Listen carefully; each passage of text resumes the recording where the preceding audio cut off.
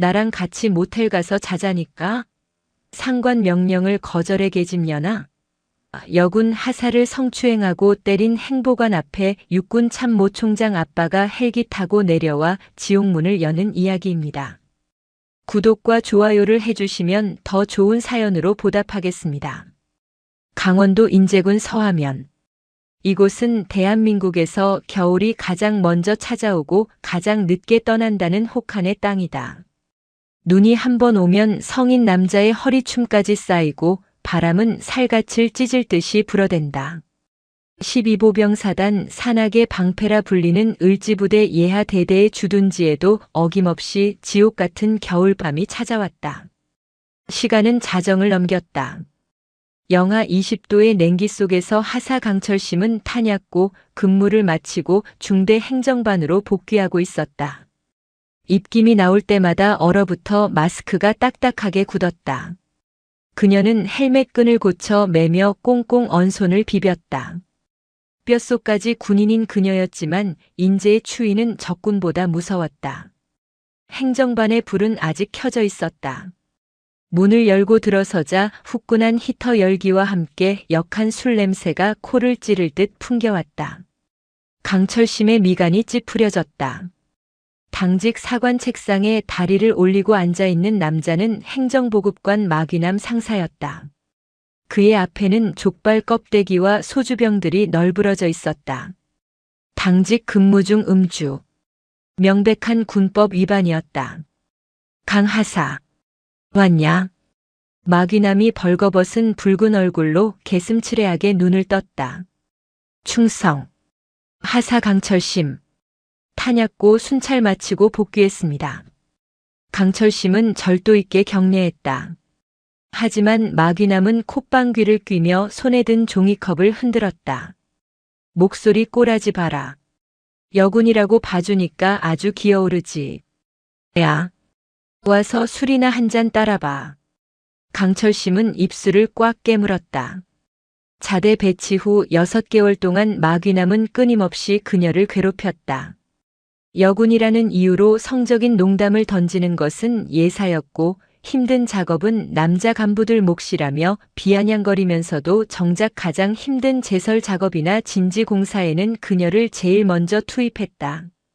강철심은 그 모든 것을 묵묵히 견뎠다. 아버지가 육군 참모총장이라는 사실을 들키고 싶지 않았고 오로지 자신의 실력으로 인정받고 싶었기 때문이다. 행보관님. 당직 근무 중이십니다. 술은 규정 위반입니다. 강철심의 단호한 말에 마귀남의 표정이 일그러졌다. 그는 마시던 종이컵을 바닥에 내던졌다. 뭐? 규정. 이 새파란 하사 나부랭이가 어디서 훈계질이야. 내가 군 생활할 때 너는 기저귀 차고 있었어. 여기가 학교인 줄 알아. 융통성이라고는 쥐뿔도 없는 년.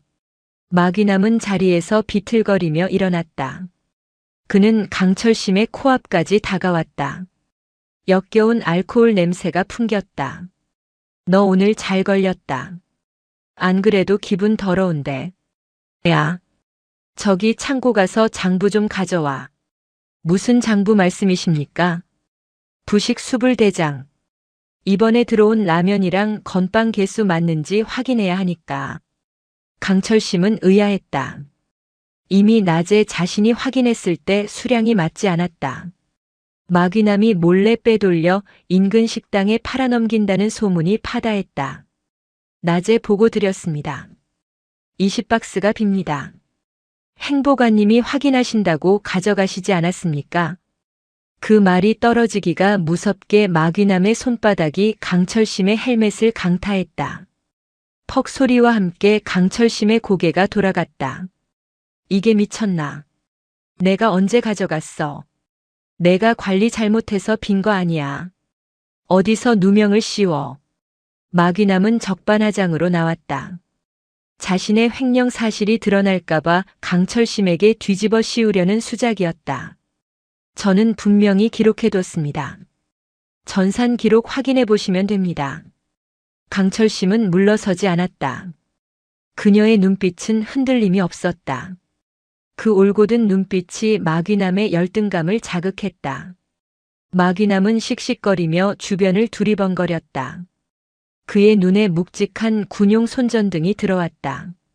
쇳덩이나 다름없는 구형 맥나이트였다. 눈 안 깔아. 선배가 말하면 듣는 신용이라도 해야 할 거 아니야. 이 독사 같은 년이.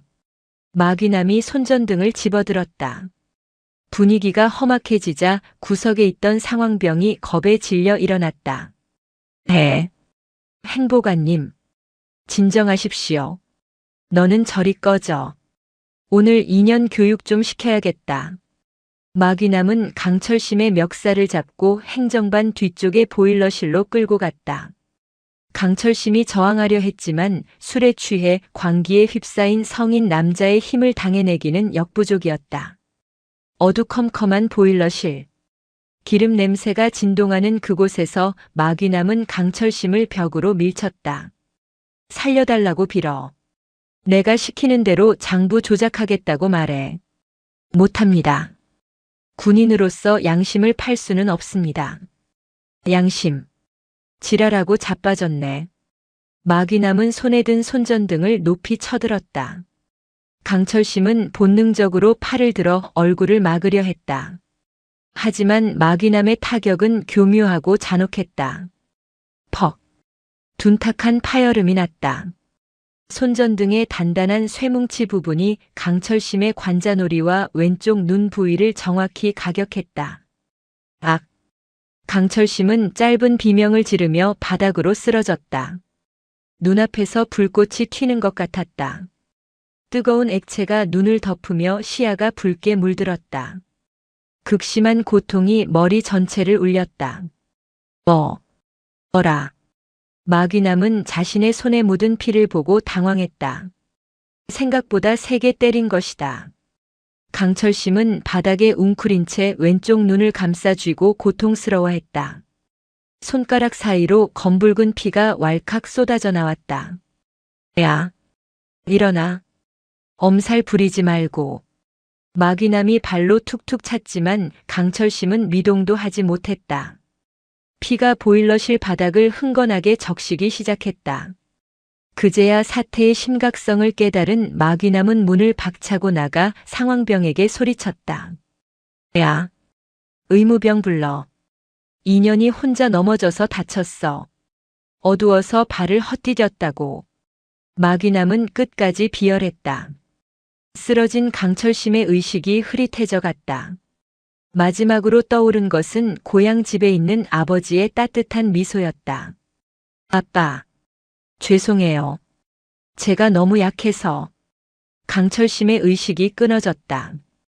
인제의 밤은 잔인하리만큼 차갑고 고요했다. 다음 날 아침, 12사단 의무대.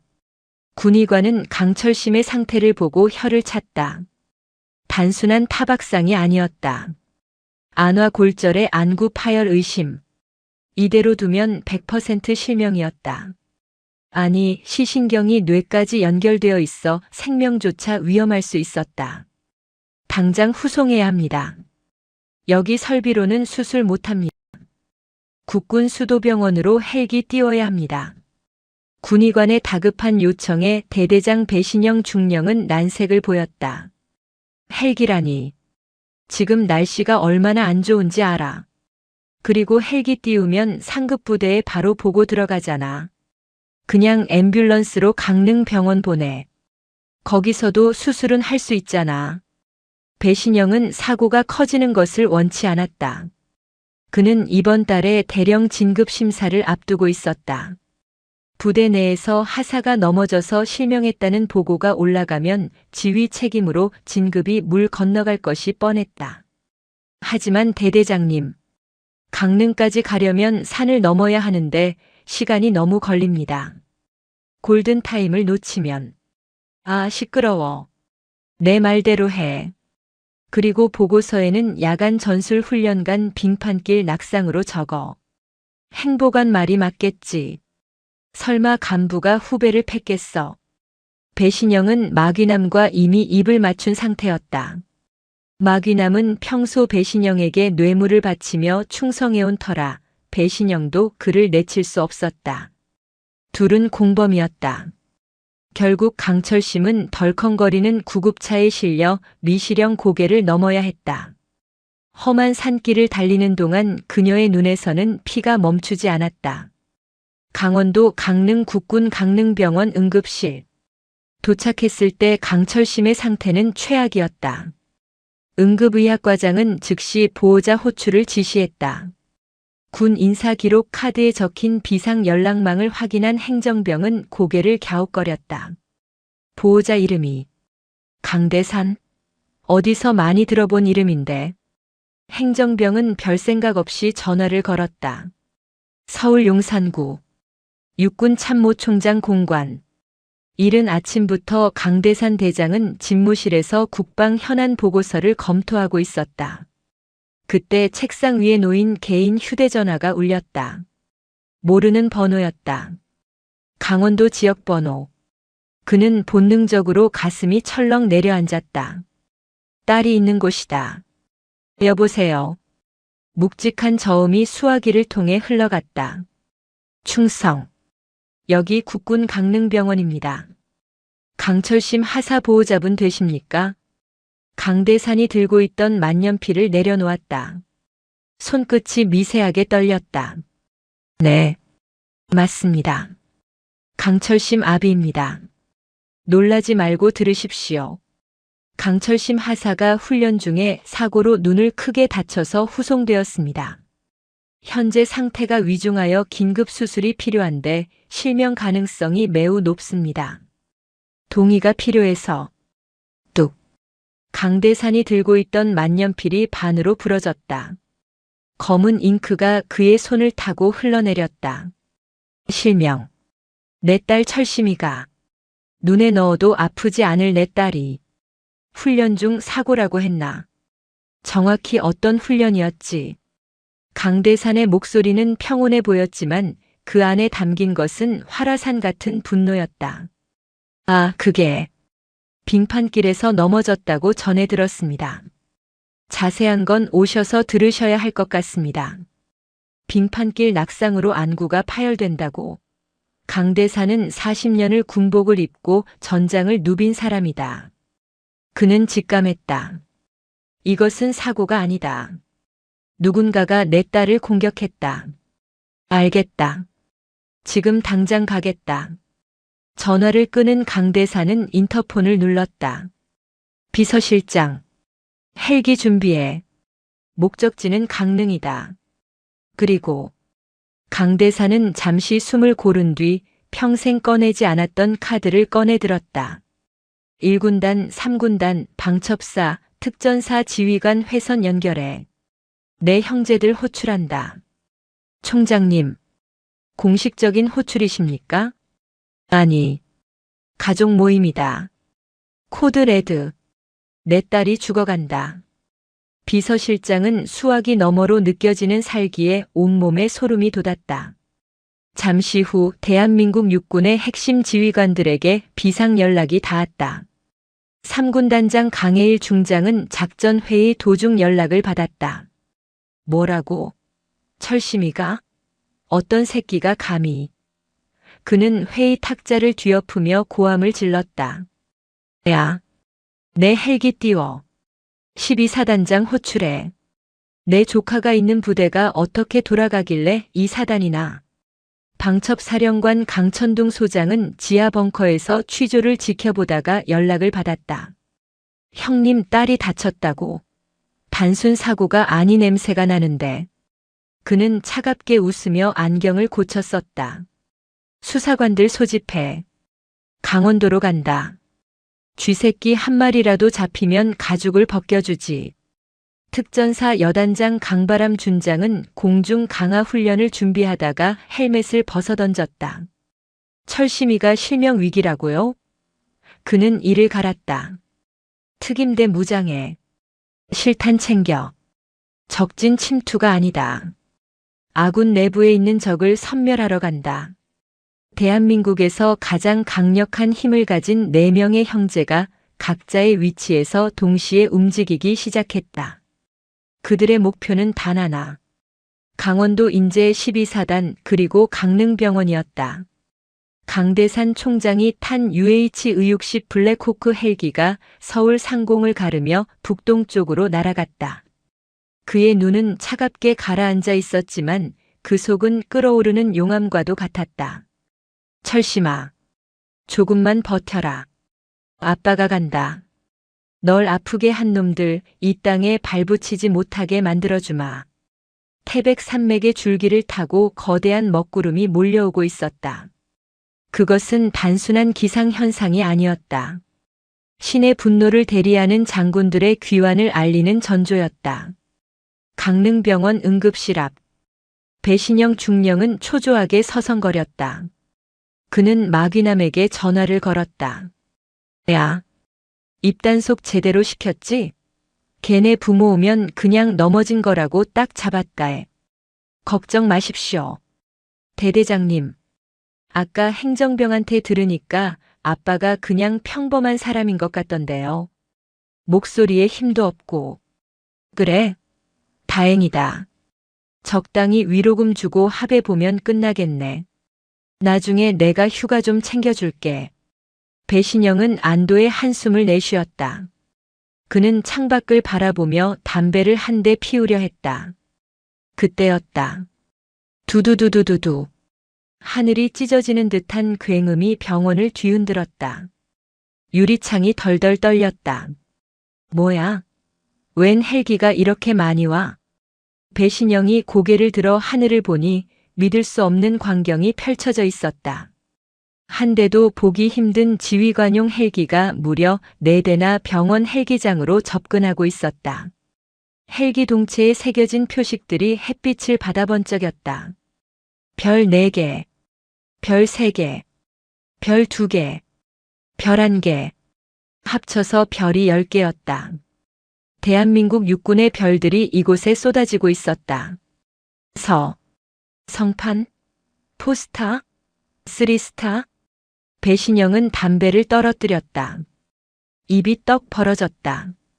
총장님이 여길 왜? 군단장님이 여길 왜? 헬기가 차례로 착륙하고 프로펠러 바람이 거세게 불어닥쳤다. 가장 먼저 내린 것은 3군단장 강해일 중장이었다. 그는 야전 상의를 휘날리며 도깨비 같은 표정으로 걸어 나왔다. 그 뒤로 날카로운 눈매의 방첩사령관 강천둥 소장, 검은 베레모를 쓴 특전 여단장 강바람 준장이 따랐다.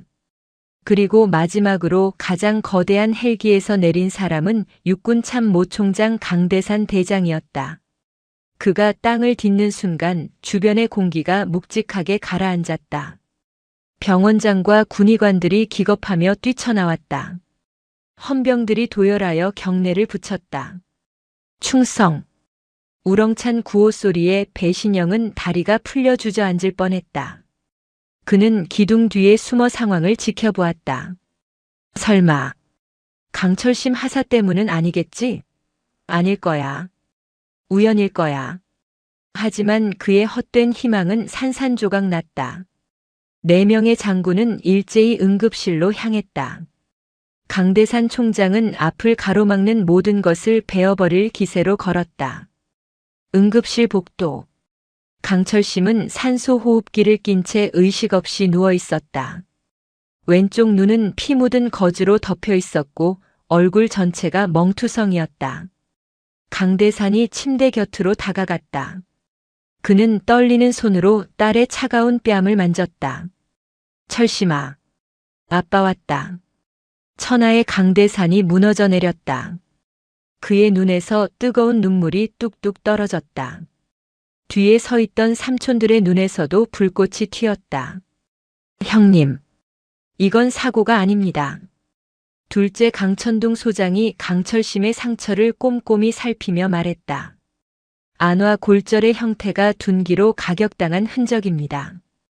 빙판길에 넘어지면 이렇게 국소적으로 뼈가 함몰되지 않습니다. 누군가 때렸습니다. 뭐라고? 강대산이 고개를 들었다. 슬픔은 순식간에 극도의 분노로 바뀌었다. 그는 뒤를 돌아보았다. 병원 관계자들 뒤에 숨어있던 배신영 중령과 눈이 마주쳤다. 너, 이리 와. 강대산이 손가락으로 배신영을 가리켰다. 배신영은 혼이 나간 사람처럼 비틀거리며 걸어왔다.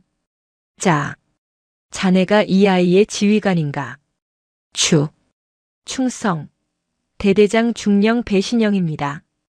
보고해라. 어떻게 된 일이지? 그게 야간 순찰 중에 빙판길에 미끄러져서. 거짓말. 강해일 중장이 배신영의 멱살을 잡고 들어올렸다. 3군 단장의 괴력에 배신영의 발이 땅에서 떨어졌다. 빙판길? 야, 이 새끼야. 내가 산악 군단장이야. 빙판길에 넘어지면 엉덩이나 무릎이 깨지지 눈알이 터지냐? 어디서 총장님 앞에서 개수작이야? 진짜입니다. 저는 보고받은 대로. 강대산이 손을 들어 동생을 제지했다. 그는 배신영에게 가까이 다가가 나직하게 말했다. 내 딸이다. 배신영의 눈동자가 지진 난 듯 흔들렸다. 네. 저기 누워있는 강철심 하사가 내 딸이라고. 육군 참모총장의 하나뿐인 딸이다. 배신영은 그 자리에서 기절할 뻔했다. 하늘이 무너진다는 게 이런 기분일까? 자신이 덮으려고 했던 사건의 피해자가 자신이 평생 우러러봐야 할 총장님의 딸이라니. 게다가 옆에는 군단장, 방첩사령관, 특전 여단장이 서 있다. 천둥아. 강대산이 불렀다. 네, 형님. 아니, 총장님. 지금 즉시 방첩대 투입해. 12사단 전체를 뒤져. CCTV, 통화기록, 장부 하나도 빠짐없이 압수해. 이 자식과 통화한 놈들 싹 다 잡아들여. 알겠습니다. 수사관들 이미 출발시켰습니다. 바람아. 네, 총장님. 특전사 헬기 띄워서 12사단 헌병대 봉쇄해. 그놈들이 증거인멸 못하게 막아. 그리고 가해자로 의심되는 놈 내 손으로 직접 끌고 와. 반항하면. 알지? 강바람 준장이 서늘하게 웃으며 대답했다. 반 죽여서라도 데려오겠습니다. 헤이라. 말씀만 하십시오. 넌 군단장 권한으로 12사단장 직무 정지시키고 해당 연대와 대대 지휘권 박탈해. 오늘부로 12사단은 계엄 상황이다. 알겠습니다. 저놈들이 감히 우리 조카를 건드린 대가가 뭔지 뼈저리게 가르쳐 주겠습니다. 강대산은 기절 직전인 배신영을 내려다보며 말했다. 기도해라. 내 딸이 눈을 뜨기를. 만약 내 딸이 빛을 잃는다면 너희들은 세상의 모든 빛을 잃게 될 것이다. 감방이라는 어둠 속에서 평생 썩게 해주마. 그 시각 인제 12사단 행정반. 마귀남은 콧노래를 부르며 라면을 먹고 있었다. 아, 거슬리는 년 하나 없어지니까 속이 다 시원하네. 대대장이 잘 처리해 준댔으니까 뭐. 그는 자신이 승리자라고 착각하고 있었다. 하지만 그때 창밖에서 거대한 그림자가 드리워졌다. 콱콱콱콱쾅. 헬기 프로펠러 소리가 건물을 집어삼킬 듯 울렸다. 연병장에 먼지바람이 일었다. 마귀남이 놀라서 창밖을 내다보았다. 검은색 특전사 헬기에서 검은 베레모를 쓴 요원들이 레페를 타고 쏟아져 내리고 있었다. 그들의 가슴에는 특전사 마크가, 어깨에는 태극기가 빛나고 있었다. 그리고 행정반 문이 박살나며 강바람 준장이 들어왔다. 그의 손에는 묵직한 몽둥이가 들려 있었다. 내 놈이 마귀남이냐? 지옥문이 열렸다. 이제 진짜 악마가 악마를 잡으러 왔다. 인제군 12사단 예하 대대 행정반. 조금 전까지 마귀남 상사가 라면을 먹으며 콧노래를 부르던 곳은 이제 지옥의 입구가 되어 있었다. 창문은 모조리 깨져나갔고 천장에서는 헬기의 하강 풍압을 이기지 못한 형광등이 위태롭게 덜렁거렸다. 특수전 사령부 예하 공수특전 여단장 강바람 준장은 흙먼지가 자욱한 행정반 한가운데 서 있었다. 그의 손에 들린 몽둥이는 훈련용 교보제였지만 그의 손에 들린 순간 그것은 살상 무기로 돌변했다. 마귀남은 젓가락을 떨어뜨린 채 입을 딱 벌리고 있었다. 검은 베레모를 쓴 장군.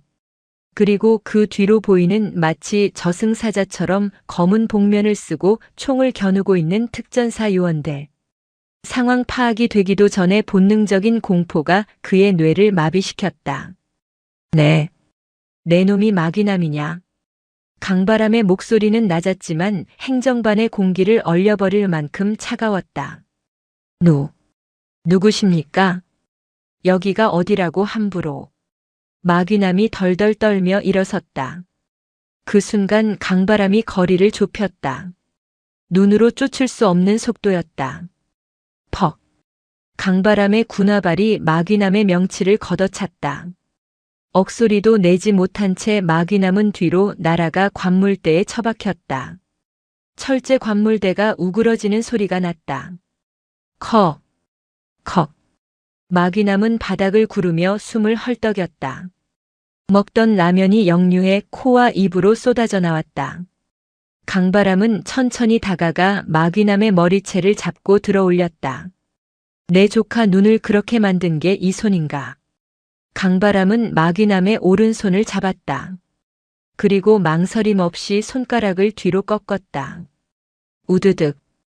뼈가 부러지는 끔찍한 소리와 함께 마귀남의 비명이 행정반을 찢었다. 아! 사람 살려. 헌병 불러. 헌병대는 지금 내 부하들이 접수했다. 여기는 이제 무법지대다. 너를 지켜줄 법도 규정도 없다.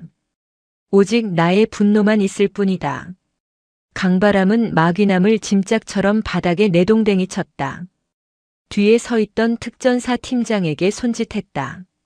묶어. 헬기에 매달고 간다. 여단장님, 헬기 내부에 태우겠습니까? 아니면 외부 호이스트에 매달겠습니까? 외부에 매달아. 강릉까지 가는 동안 인제에 찬 바람 좀 쐬게 해줘야지. 정신 좀 차리게. 마귀남의 얼굴이 사색이 되었다.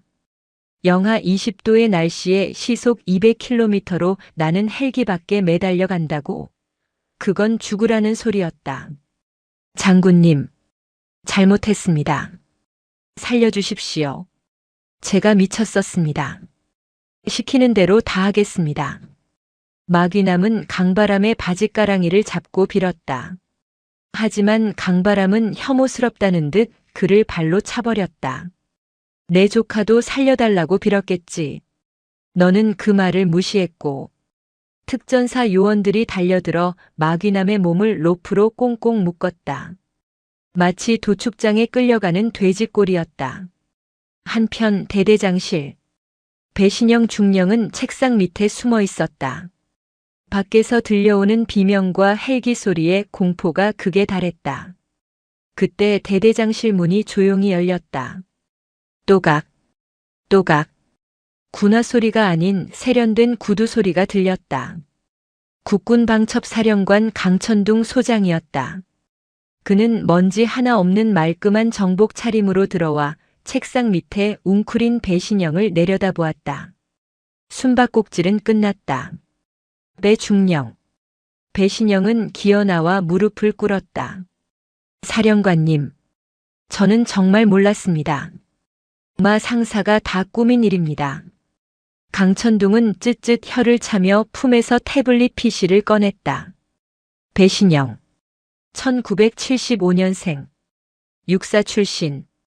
지난 3년간 부대 운영비 횡령 5천만 원. 마귀남 상사로부터 상납받은 뇌물 2천만 원. 그리고 1년 전 병사 부상 사고 은폐 이력 있음.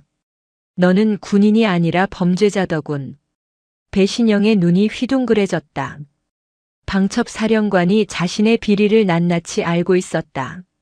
에이, 이걸 어떻게 해? 나는 쥐새끼 잡는 게 직업이야. 내가 쓴 법인 카드 내역, 차명 계좌, 통화 기록. 이미 다 확보했다. 그리고 지금 우리 수사관들이 내 관사를 압수수색 중이다. 침대 매트리스 밑에 숨겨둔 현금 뭉치도 곧 나오겠지. 강천둥은 책상 위에 있던 대대장 명패를 집어 쓰레기통에 던져버렸다. 너는 오늘부로 군적에서 제적된다. 물론 그냥 나가는 게 아니야. 군 교도소 독방이 너를 기다리고 있다. 평생 햇빛 볼 생각은 마라. 그때 밖에서 요란한 소리가 들렸다. 헌병들이 들이닥친 것이다.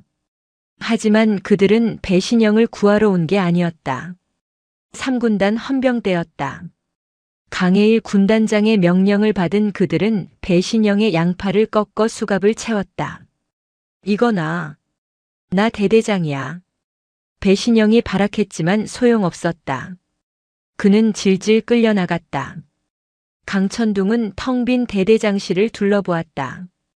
벽에 걸린 위국 헌신 군인본분이라는 액자가 비웃듯이 걸려 있었다. 강천둥은 액자를 떼어내 바닥에 패대기 쳤다. 너희 같은 쓰레기들이 걸어둘 말이 아니다. 헬기장에서는 마귀남이 비명을 지르며 하늘로 끌려 올라갔다. 강바람 준장이 탄 헬기가 이륙했다.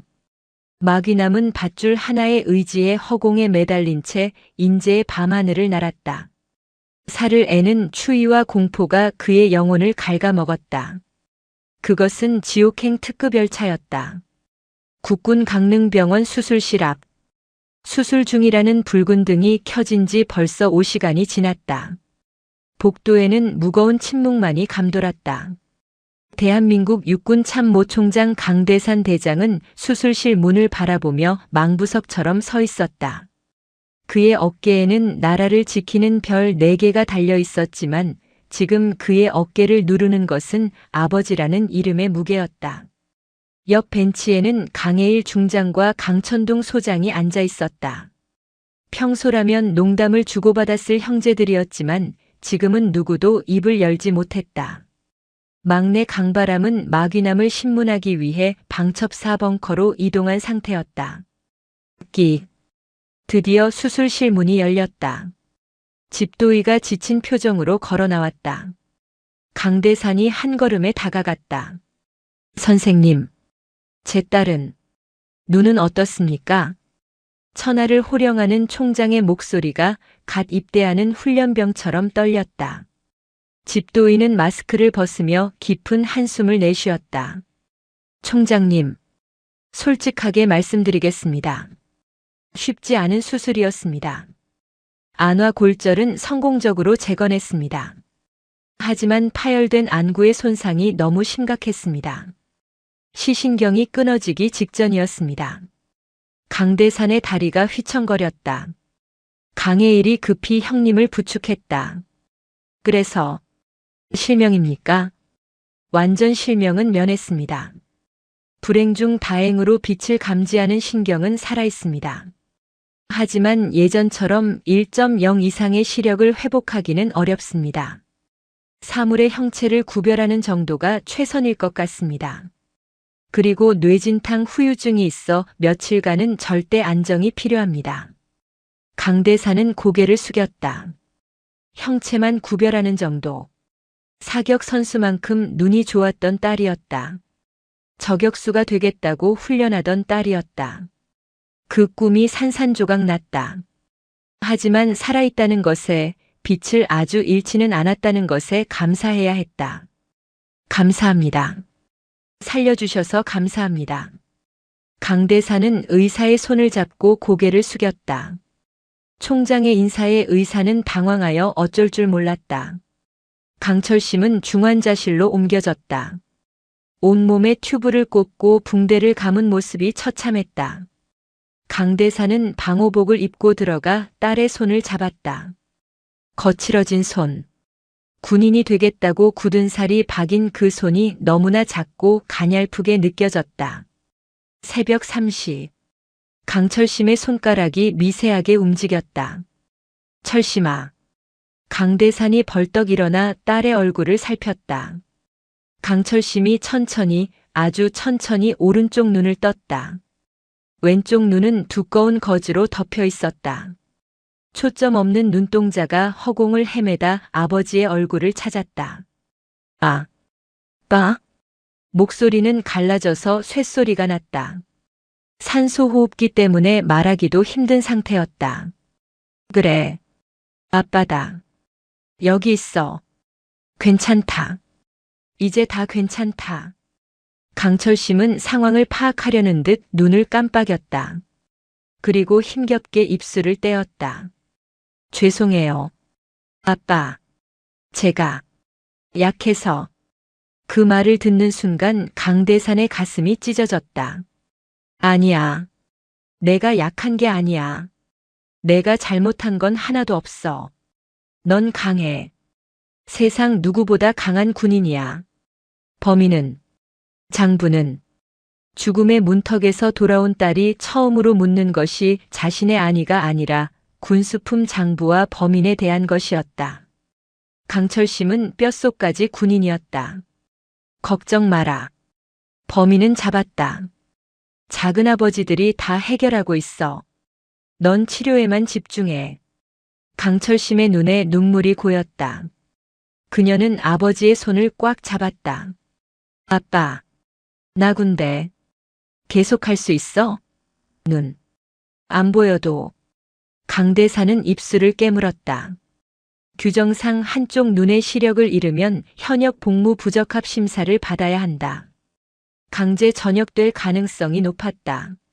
하지만 지금 딸에게 그 잔인한 사실을 말할 수는 없었다.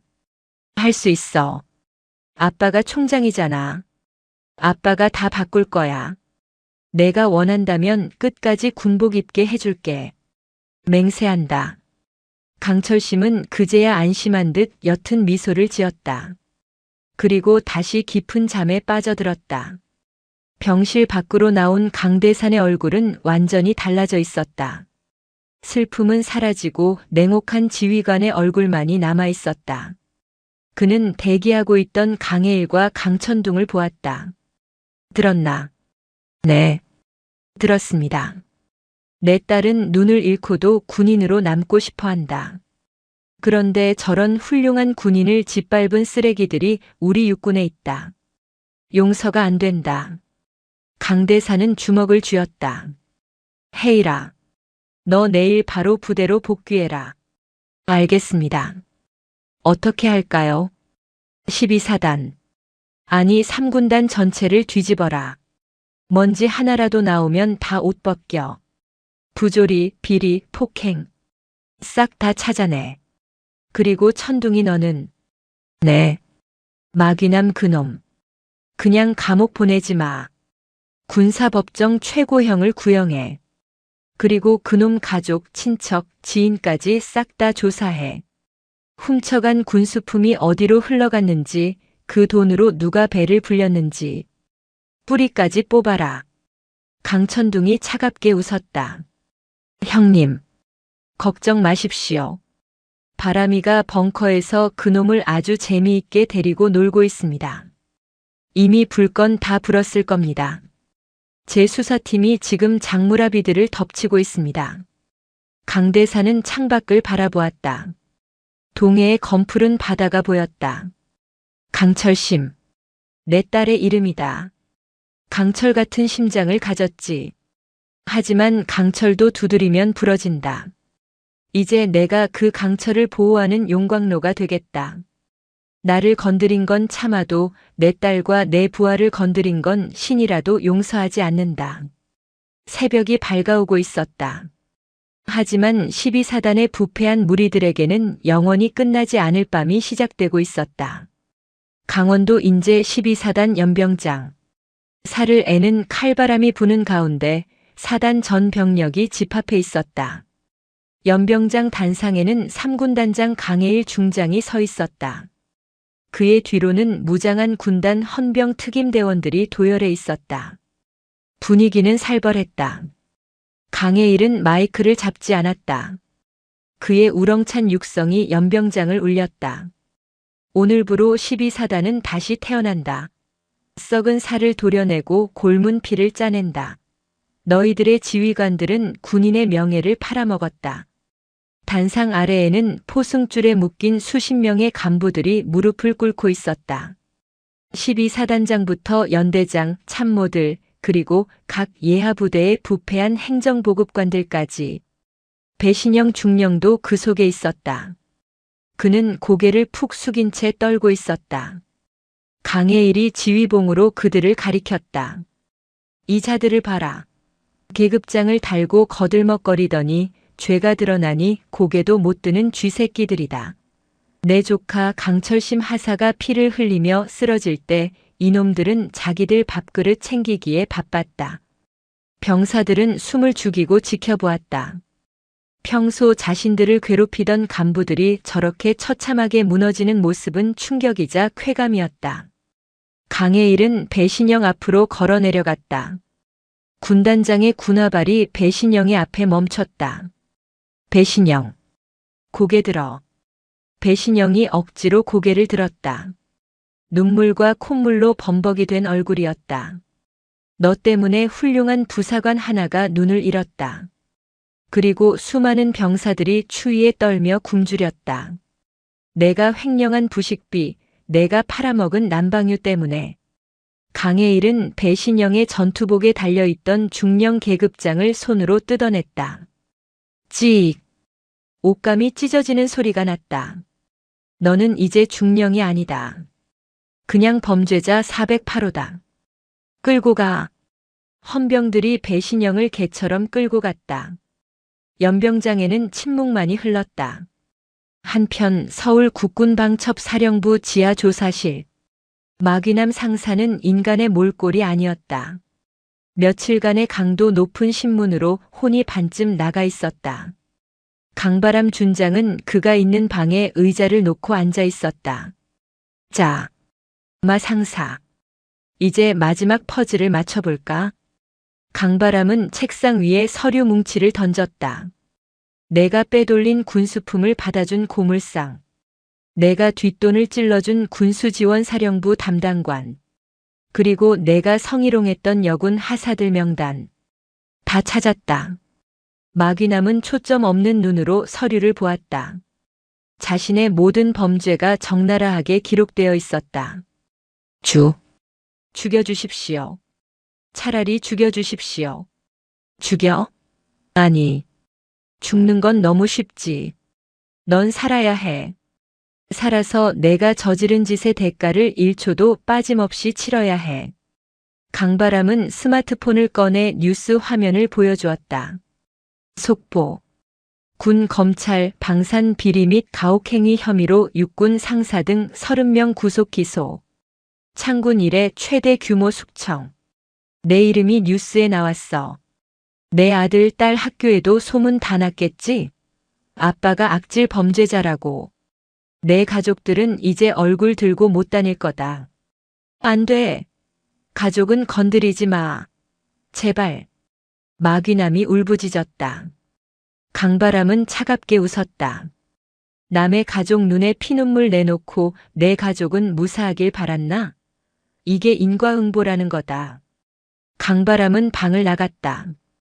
철문이 닫히는 소리가 마귀남에게는 관 뚜껑이 닫히는 소리처럼 들렸다. 다시 12사단. 대대적인 개혁이 시작되었다.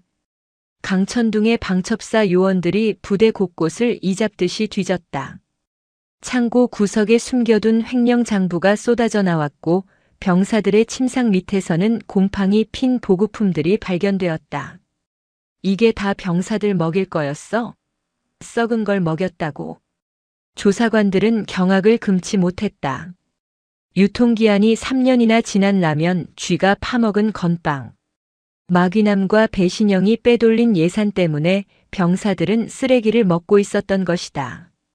이 사실이 알려지자 병사들의 분노가 폭발했다. 하지만 동시에 희망도 싹 텄다. 새로운 지휘관들이 임명되었다. 그들은 강대산 총장이 직접 선발한 참군인들이었다. 새로 부임한 대대장은 취임식에서 이렇게 말했다. 나는 진급에 관심 없다. 내 관심은 오직 하나. 너희들이 배불리 먹고 따뜻하게 자고 강하게 훈련하는 것이다. 부당한 대우를 받으면 언제든 내 방문을 두드려라. 내가 너희의 방패가 되겠다. 병사들의 눈빛이 달라졌다. 죽어있던 눈빛에 생기가 돌기 시작했다. 병실에 누워있던 강철심에게도 소식이 전해졌다. 12사단이 바뀌고 있다는 소식, 악마들이 사라지고 정의가 세워지고 있다는 소식.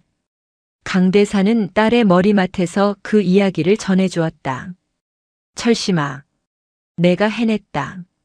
내 희생이 헛되지 않았어. 12사단 장병들이 너에게 감사하고 있다. 강철심은 붕대 감긴 얼굴로 미소 지었다. 아빠, 나 빨리 낫고 싶어. 빨리 가서 내 소대원들 보고 싶어. 그래. 곧 갈 수 있을 거야. 그리고 강대사는 주머니에서 작은 상자를 꺼냈다. 그 안에는 반짝이는 계급장이 들어있었다. 중사 계급장이었다. 특진이다. 적의 공격을 막아내고 부조리를 고발한 공로다. 강철심 중사. 축하한다. 강철심은 떨리는 손으로 계급장을 만졌다. 비록 눈은 잘 보이지 않았지만 그 계급장의 무게와 촉감은 선명하게 느껴졌다. 감사합니다. 총장님. 아니 아빠. 창밖에는 눈이 내리고 있었다. 하지만 그 눈은 더 이상 춥고 매서운 눈이 아니었다. 더러운 세상을 덮고 새로운 싹을 틔우기 위한 하얀 축복이었다. 강씨 가문의 분노가 휩쓸고 지나간 자리에 진정한 군인 정신이라는 꽃이 피어나고 있었다. 이제 남은 것은 강철심의 재활 그리고 그녀의 화려한 복귀였다. 전설은 이제부터가 진짜 시작이었다. 경기도 이천시 특수전사령부 예하 특수임무단 훈련장. 밤 12시. 달빛조차 없는 칠흑 같은 어둠 속이었다. 창고형 건물 안에는 숨막히는 정적만이 흐르고 있었다. 그 고요를 깨고 누군가의 거친 숨소리가 들려왔다. 강철심 중사였다. 그녀는 눈을 검은 천으로 가린 채 손에 훈련용 단검을 쥐고 서 있었다. 그녀의 왼쪽 눈은 수술 후 회복되었지만 시력은 형체만 겨우 구분할 정도로 떨어져 있었다. 오른쪽 눈은 멀쩡했지만 특전사 여단장인 막내 삼촌 강바람 준장은 그녀에게 시각을 완전히 차단하는 훈련을 강요했다. 눈으로 보려 하지 마라. 눈은 뇌를 속인다. 귀로 듣고 피부로 느끼고 냄새로 맡아라. 내가 있는 공간의 공기 흐름을 읽어라. 강바람 준장의 목소리가 허공에서 울렸다. 어디서 들리는지 방향을 가늠하기 힘들었다. 삼촌. 아니 여단장님. 너무 힘듭니다. 아무것도 안 보입니다. 강철심이 헐떡이며 말했다. 그때였다. 휙. 바람을 가르는 소리가 오른쪽 귀를 스쳤다. 강철심은 본능적으로 고개를 숙였다. 훈련용 고무탄이 그녀의 머리 바로 위를 지나 벽에 박혔다. 죽고 싶나. 적은 내가 힘들다고 봐주지 않는다. 눈이 안 보이면 다른 감각을 10배, 100배로 키워. 그게 내가 살 길이다. 강바람은 조카라고 봐주는 법이 없었다. 그는 대한민국 인간 병기들의 수장이었다. 장애를 입은 조카가 다시 군인으로 살고 싶다고 했을 때 그는 가장 혹독한 방법을 택했다. 그것만이 그녀를 지키는 길임을 알았기 때문이다. 훈련은 지옥 같았다. 강철심은 수없이 넘어지고 부딪혔다. 온몸이 멍투성이가 되었다. 하지만 그녀는 포기하지 않았다. 일주일이 지나고 2주일이 지났다. 강철심은 서서히 어둠에 적응하기 시작했다. 처음에는 두려움의 대상이었던 어둠이 점차 편안한 친구처럼 느껴졌다. 시각 정보가 차단되자 청각이 예민해졌다. 바닥을 기어가는 벌레 소리, 멀리서 울리는 부엉이 소리, 그리고 삼촌이 내딛는 미세한 발소리까지 들리기 시작했다. 어느 날 밤, 최종 테스트가 시작되었다. 폐공장 건물. 강바람은 강철심에게 실탄이 장전된 권총을 쥐어주었다. 물론 표적은 사람이 아닌 마네킹이었다. 표적 5. 제한 시간 10초. 위치는 알려주지 않는다. 소리에 반응해라. 강철심은 심호흡을 했다. 눈을 감았다. 어차피 어두워서 보이지 않지만 마음의 눈을 뜨기 위해서였다. 딸깍. 건물 구석에서 미세한 기계음이 들렸다. 표적이 올라오는 소리였다. 탕. 강철심의 손이 번개처럼 움직였다. 첫 발명 중. 끼. 이번에는 등 뒤였다. 강철심은 뒤돌아보지도 않고 팔을 겨드랑이 사이로 뻗어 격발했다. 탕. 명중. 소리는 사방에서 들려왔다. 위에서 아래에서 왼쪽에서. 강철심은 마치 춤을 추듯 몸을 회전하며 방아쇠를 당겼다. 그녀의 동작에는 군더더기가 없었다. 눈으로 보고 조준하는 시간이 생략되니 반응 속도가 기계보다 빨랐다. 탕, 탕, 탕. 마지막 탄피가 바닥에 떨어지는 청명한 소리가 울렸다. 정적이 돌아왔다. 잠시 후 조명이 켜졌다. 강바람이 손뼉을 치며 걸어 나왔다. 5발 모두 헤드샷. 괴물이 다 됐구나. 강철심은 안대를 벗었다. 땀에 젖은 머리카락이 이마에 붙어 있었다. 그녀의 눈빛은 예전과 달랐다. 깊고 고요하지만 그 안에 무엇이든 꿰뚫어 볼 듯한 예리함이 서려 있었다. 여단장님 덕분입니다. 아니다. 내가 이겨낸 거다. 이제 너에게 장애는 없다. 오히려 남들이 갖지 못한 무기를 하나 더 갖게 된 거야. 심한 마음의 눈이다. 강바람은 조카의 어깨를 감싸 안았다. 이제 돌아가라. 가서 보여줘라. 강대산의 딸이 강바람의 제자가 얼마나 무서운 군인이 되었는지. 강철심은 거수경례를 붙였다. 특임단 교육 수료를 명받았습니다. 이에 원대 복귀를 신고합니다. 충성. 그녀의 목소리에는 강철 같은 확신이 담겨 있었다. 강원도 인제군 12사단 을지부대. 겨울이 가고 봄이 오고 있었다. 하지만 최전방의 봄은 여전히 쌀쌀했다. 부대 위병소 앞에는 긴장감이 감돌았다. 오늘은 전설이 된 그녀 강철심 중사가 복귀하는 날이었다. 새로 부임한 대대장은 연병장의 전 병력을 집합시켰다. 병사들의 표정에는 기대와 걱정이 섞여 있었다. 강 중사님이 오신대. 눈은 괜찮으실까? 들리는 소문으로는 특전사에서 지옥 훈련을 받고 오셨다던데. 그때 위병소를 통과해 지프차 한 대가 들어왔다. 차가 멈추고 문이 열렸다. 군화가 땅을 딛는 소리. 또각. 강철심이 내렸다. 그녀는 말끔하게 다려입은 전투복에 중사 계급장을 달고 있었다. 베레모 아래로 특수 제작된 고글을 쓰고 있었지만 그 너머로 보이는 눈빛은 형형하게 빛났다. 대대장이 먼저 다가와 손을 내밀었다. 환영한다. 강 중사. 몸은 좀 어떤가? 충성. 중사 강철심. 복귀 신고합니다.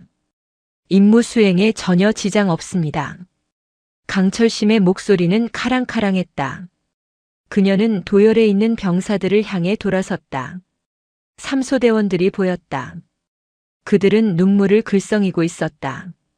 자신들을 지키려다 다친 소대장부 소대장이 돌아온 것이다. 삼소대. 차렷. 강철심의 구령에 소대원들이 반사적으로 움직였다. 나왔다. 다들 밥은 잘 먹고 있었나? 네. 그렇습니다. 병사들의 함성이 연병장을 뒤흔들었다. 강철심은 빙긋 웃었다. 목소리 좋다.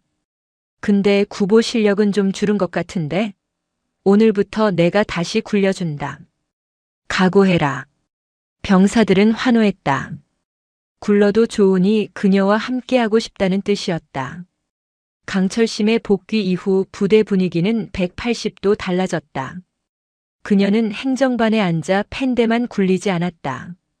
가장 먼저 기상해서 병사들을 깨우고 구보 때는 맨 앞에서 뛰었다. 작업 시간. 무거운 자재를 나르느라 병사들이 끙끙거리고 있었다. 신임 소위가 옆에서 지시만 내리고 있었다. 야, 빨리빨리 못 움직여? 요령 피우지 마. 그때 강철심이 다가왔다. 그녀는 말없이 40kg짜리 시멘트 포대를 어깨에 짊어졌다. 소대장님, 입으로 지시하는 건 누구나 합니다. 간부는 몸으로 보여주는 겁니다. 따라오십시오. 강철심은 성큼성큼 앞서 나갔다. 얼굴이 빨개진 소위는 아무 말도 못하고 시멘트 포대를 들었다. 병사들의 눈에 존경심이 가득 찼다. 어느 날 야간 경계 근무 중이었다. 강철심은 순찰을 돌다가 철책 부근에서 이상한 낌새를 느꼈다. 눈으로는 보이지 않았지만 소리가 들렸다. 부스럭. 멧돼지나 고라니가 내는 소리가 아니었다. 규칙적인 발소리. 그리고 금속이 부딪히는 미세한 소음. 강철심은 즉시 무전기를 들었다. 상황 발생. 3초소 전방 50m 지점. 미상 물체 접근.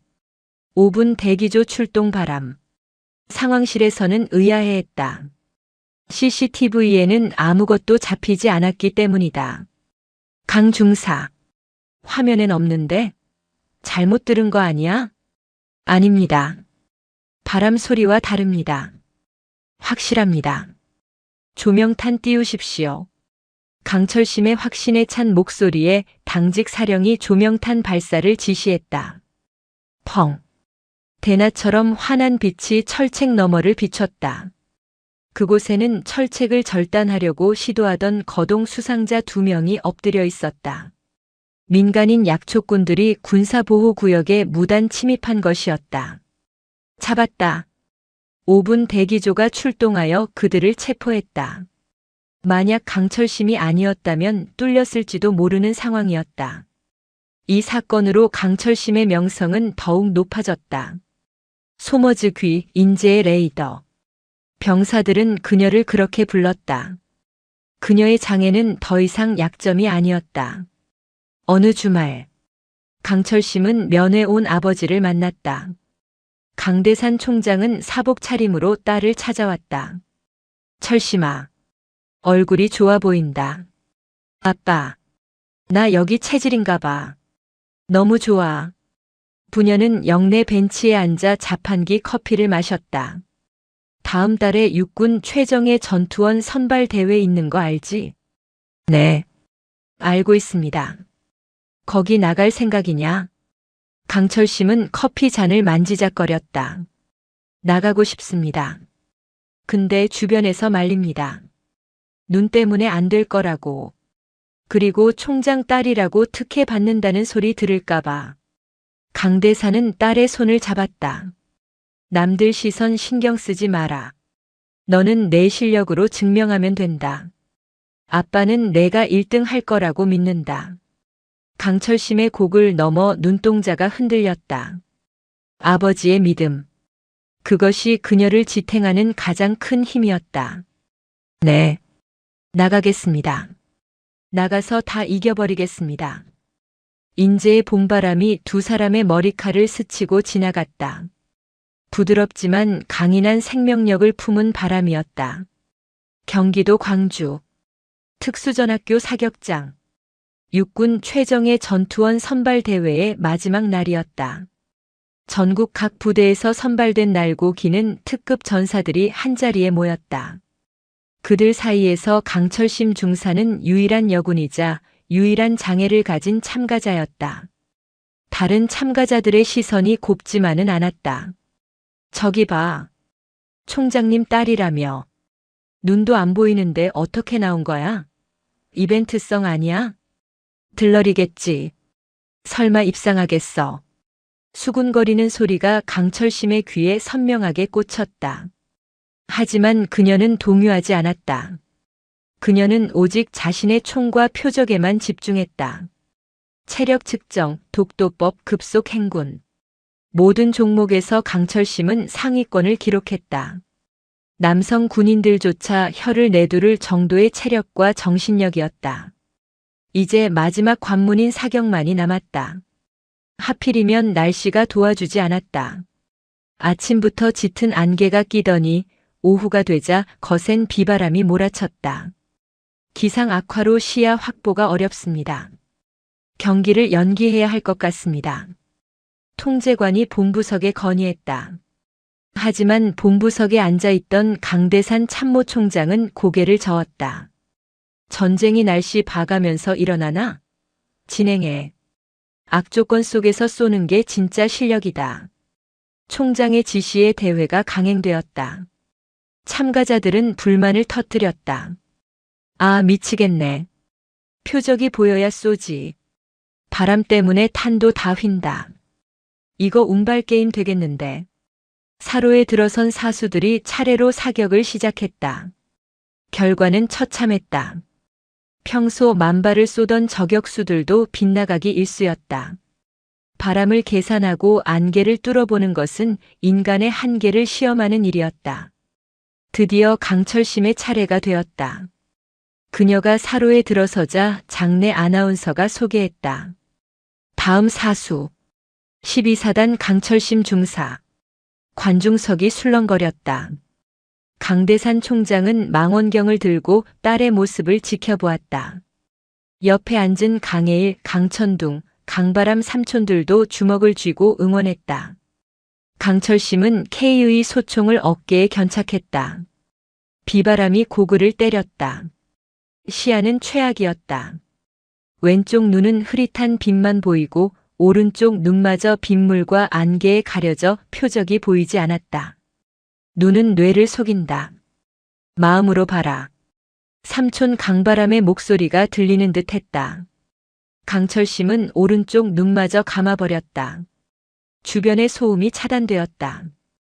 빗소리가 리듬처럼 들렸다. 바람의 방향이 피부에 닿는 감각으로 느껴졌다. 후. 그녀는 호흡을 멈췄다. 250m 전방. 표적이 올라오는 기계음이 미세하게 들렸다. 그리고 바람의 냄새가 바뀌었다. 격발. 탕. 총구가 불을 뿜었다. 총알은 빗줄기를 뚫고 날아갔다. 명중. 전자표적판에 파란 불이 들어왔다. 관중석에서 탄성이 터졌다. 우연이겠지. 다들 그렇게 생각했다. 하지만 우연이 아니었다. 탕, 탕, 탕.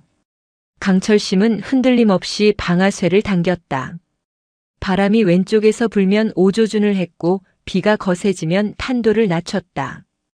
그녀는 보지 않고 느끼고 있었다. 자연과 하나가 되어 쏘고 있었다.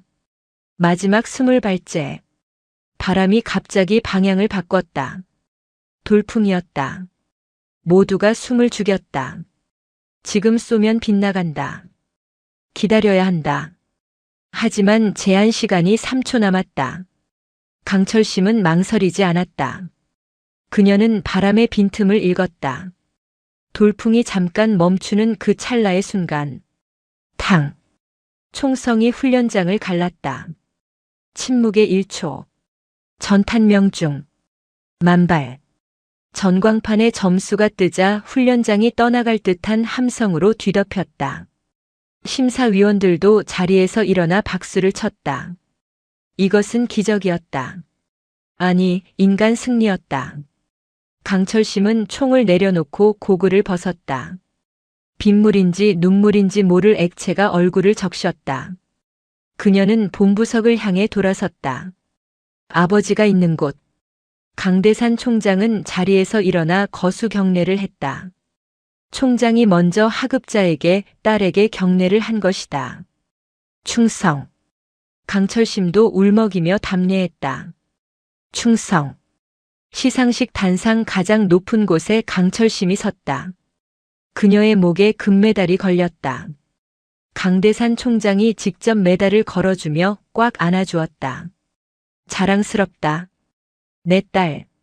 내가 육군 최고의 전사다. 아빠. 나 약속 지켰어. 나 이제 떳떳한 군인이야. 그럼. 떳떳하다마다. 넌 영웅이다. 취재진의 카메라 플래시가 터졌다. 그 사진은 다음 날 모든 신문 일면을 장식했다. 보이지 않는 눈으로 표적을 뚫다. 육군 여전사 강철심 최정예 전투원 등극. 아버지 강대산 총장 앞에서 흘린 뜨거운 눈물. 이 사건은 대한민국 전체에 큰 울림을 주었다. 장애를 가진 사람들에게는 희망이 되었고 군인들에게는 진정한 군인 정신이 무엇인지 보여주는 교과서가 되었다. 강철심은 더 이상 누군가의 딸이 아니었다. 그녀는 스스로 빛나는 별이 되었다. 인재의 칼바람도 어둠의 공포도 사람들의 편견도 그녀를 막을 수는 없었다. 그녀는 강철보다 단단하고 꽃보다 아름다운 대한민국의 군인이었다. 세월은 화살처럼 흘러 어느덧 3년이라는 시간이 지났다. 강원도 인제군 12사단 을지부대의 연병장에는 또다시 하얀 눈이 소복이 쌓였다. 하지만 3년 전 그날의 시리고 아픈 눈이 아니었다. 그것은 뜨거운 땀방울을 식혀주는 포근한 눈이었다. 전방의 적 발견, 사격 개시, 쩌렁쩌렁한 목소리가 산악을 울렸다. 강철심 중사는 신병교육대 소대장 모자를 눌러쓰고 훈련병들을 지휘하고 있었다. 그녀의 가슴에는 특급 전사 휘장과 교관 휘장이 찬란하게 빛나고 있었다. 훈련병들은 강철심을 독사라고 불렀지만 그 별명 뒤에는 무한한 존경심이 담겨 있었다. 그녀는 말로만 가르치지 않았다. 한쪽 눈이 잘 보이지 않는다는 신체적 한계를 안고도 사격 시범에서 100~800중을 보여주었고 구보에서는 나고하는 훈련병의 군장을 대신 메고 뛰었다. 힘든가? 집에 가고 싶나? 강철심이 진흙탕을 기고 있는 훈련병에게 물었다. 아닙니다. 할 수 있습니다. 그래. 바로 그 정신이다. 군인은 몸으로 싸우는 게 아니다. 정신으로 싸우는 거다. 나를 봐라. 눈 하나가 없어도 너희보다 잘 쏜다. 핑계 대지 마라. 너희는 강하다. 훈련병들의 눈빛이 타올랐다. 강철심은 그들의 눈동자에서 과거의 자신을 보았다. 약하고 두려웠지만 누군가가 일으켜 세워주길 바랐던 그 시절의 자신을. 이제 그녀는 누군가를 일으켜 세워주는 거목이 되어 있었다. 오후 일과가 끝날 무렵 대대장이 급하게 강철심을 호출했다. 강중사, 대대장실로 좀 와야겠다. 대대장실에 들어서자 대대장뿐만 아니라 주임원사 그리고 중대장들까지 모두 모여 있었다. 분위기가 심상치 않았다. 강철심은 순간 긴장했다. 혹시 신체 검사 결과에 문제가 생겨 전역해야 한다는 통보일까봐 가슴이 조마조마했다. 대대장이 엄숙한 표정으로 서류 봉투 하나를 내밀었다. 육군본부에서 공문이 내려왔다. 강철심은 떨리는 손으로 봉투를 받았다. 숨이 턱 막혔다. 그녀는 천천히 봉투를 뜯고 문서를 꺼냈다. 인사명령. 중사 강철심. 장기 복무 선발 확정. 상사 진급 예정자로 분류됨. 강철심의 눈이 커졌다. 장기 복무. 그것은 직업 군인으로서 평생을 군에 바칠 수 있다는 허가증이었다. 장애를 가진 그녀에게는 불가능에 가까운 일이었다. 하지만 그녀는 실력으로, 오로지 압도적인 실력으로 그 바늘구멍을 뚫어낸 것이다. 축하한다. 강 중사. 아니, 이제 강 상사 진급 예정자님. 대대장이 환하게 웃으며 폭죽을 터뜨리는 신용을 했다. 주임원사가 다가와 그녀의 손을 꽉 잡았다. 내가 군 생활 30년 하면서 자네 같은 군인은 처음 봤어. 정말 장하다. 우리 부대의 자랑이야. 강철심은 눈시울이 뜨거워졌다. 감사합니다. 정말 감사합니다. 더 열심히 하겠습니다. 그날 밤, 강철심은 아버지에게 전화를 걸었다. 아빠, 나장기 됐어. 그리고 상사 진급도 한대. 수화기 너머로 긴 침묵이 흘렀다. 그리고 물기 어린 목소리가 들려왔다. 그래, 그래. 해낼 줄 알았다. 내 딸이니까. 정말 고생했다. 축하한다. 아빠 덕분이야. 아빠가 믿어줘서 여기까지 온 거야. 아니다. 내가 흘린 피와 땀이 만든 결과다. 이번 주말에 진급 신고식 하는 거 알지? 가족들 다 갈 거다. 맛있는 거 많이 준비해놔라. 주말이 되었다. 12사단 역사상 가장 화려하고 특별한 진급 신고식이 열렸다. 연병장에는 레드카펫이 깔렸고 사단 군악대가 팡파르를 울렸다. 그리고 위병소 문이 열리며 대한민국 국군을 움직이는 별들이 입장했다. 이번에는 검은 세단이 아니었다. 강대산 참모총장은 군복을 입고 헬기에서 내렸다. 그리고 그 뒤를 이어 강해일 3군단장, 강천둥 방첩사령관, 강바람 특전 여단장이 차례로 내렸다. 4명의 장군이 모두 정복을 갖춰 입고 한자리에 모인 것은 건군 이래 처음 있는 일이었다. 하지만 오늘 그들은 지휘관 자격으로 온 것이 아니었다. 오직 한 명의 부사관 강철심의 가족 자격으로 온 것이다. 단상 위에 강철심이 섰다. 그녀의 어깨에는 새로운 계급장인 상사 계급장이 놓여 있었다. 강대산 총장이 직접 단상으로 올라갔다. 그는 총장의 지휘봉을 잠시 내려놓고 아버지의 손으로 딸의 어깨에 계급장을 달아주었다. 육군 상사 강철심. 이에 진급을 명함. 충성. 감사합니다. 강철심이 우렁차게 격려했다. 강대산은 딸을 와락 끌어안았다. 철심아. 아빠가 오늘 너에게 줄 마지막 선물이 있다. 강대산은 마이크를 잡고 연병장에 모인 장병들을 향해 섰다. 본인은 오늘부로 대한민국 육군 참모총장직을 내려놓는다. 장내가 술렁거렸다. 아무도 예상하지 못한 저녁 선언이었다. 지난 3년간 나는 내 딸이 당한 아픔을 계기로 우리 군을 뿌리부터 바꾸기 위해 칼을 휘둘렀다. 썩은 살을 도려내고 부조리를 척결했다. 이제 그 기초는 다져졌다. 이제는 내가 떠나고 여기 있는 강철심 상사와 같은 젊고 정의로운 군인들이 그 빈자리를 채워야 할 때다. 강대산은 딸을 바라보았다. 나는 이제 장군이 아니라 예비역으로서 너의 뒤를 지키겠다. 너는 이제 누군가의 딸이 아니라 대한민국을 지키는 기둥이 되어라. 우레와 같은 박수가 쏟아졌다. 병사들은 환호하며 모자를 던졌다. 그것은 단순한 진급식이 아니었다. 정의로운 군대의 새로운 시대를 알리는 대관식이었다. 행사가 끝나고 가족들은 부대 내의 작은 공원에 모였다. 형님, 진짜 은퇴하십니까?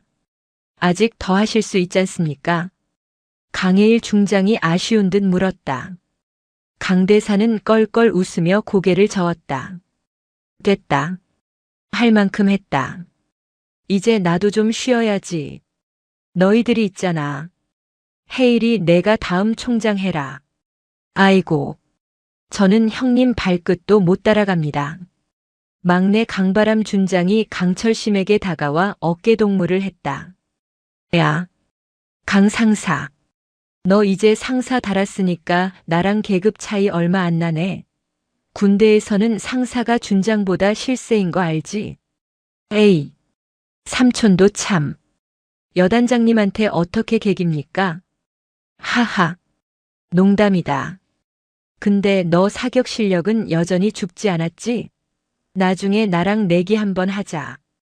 둘째 삼촌 강천둥 소장은 흐뭇하게 웃으며 카메라를 꺼냈다. 자자. 다들 모이세요. 이 역사적인 순간을 남겨야지. 아까 공식 사진은 너무 딱딱했어. 우리끼리 자연스럽게 찍자. 가족들은 벚나무 아래 섰다. 바람이 불어 꽃잎이 눈처럼 흩날렸다. 인제의 봄은 이제 완연히 따뜻했다. 가운데에 강철심이 섰다. 그녀의 왼쪽에는 저녁을 앞둔 아버지 강대산이, 오른쪽에는 든든한 삼촌들이 섰다. 철심아, 웃어라. 내가 세상에서 제일 예쁘다. 맞습니다. 우리 조카가 미스 코리아보다 낫습니다. 강철심은 활짝 웃었다. 그녀의 왼쪽 눈가에 있는 희미한 흉터가 햇살을 받아 반짝였다. 그 흉터는 더 이상 아픔이 아니었다.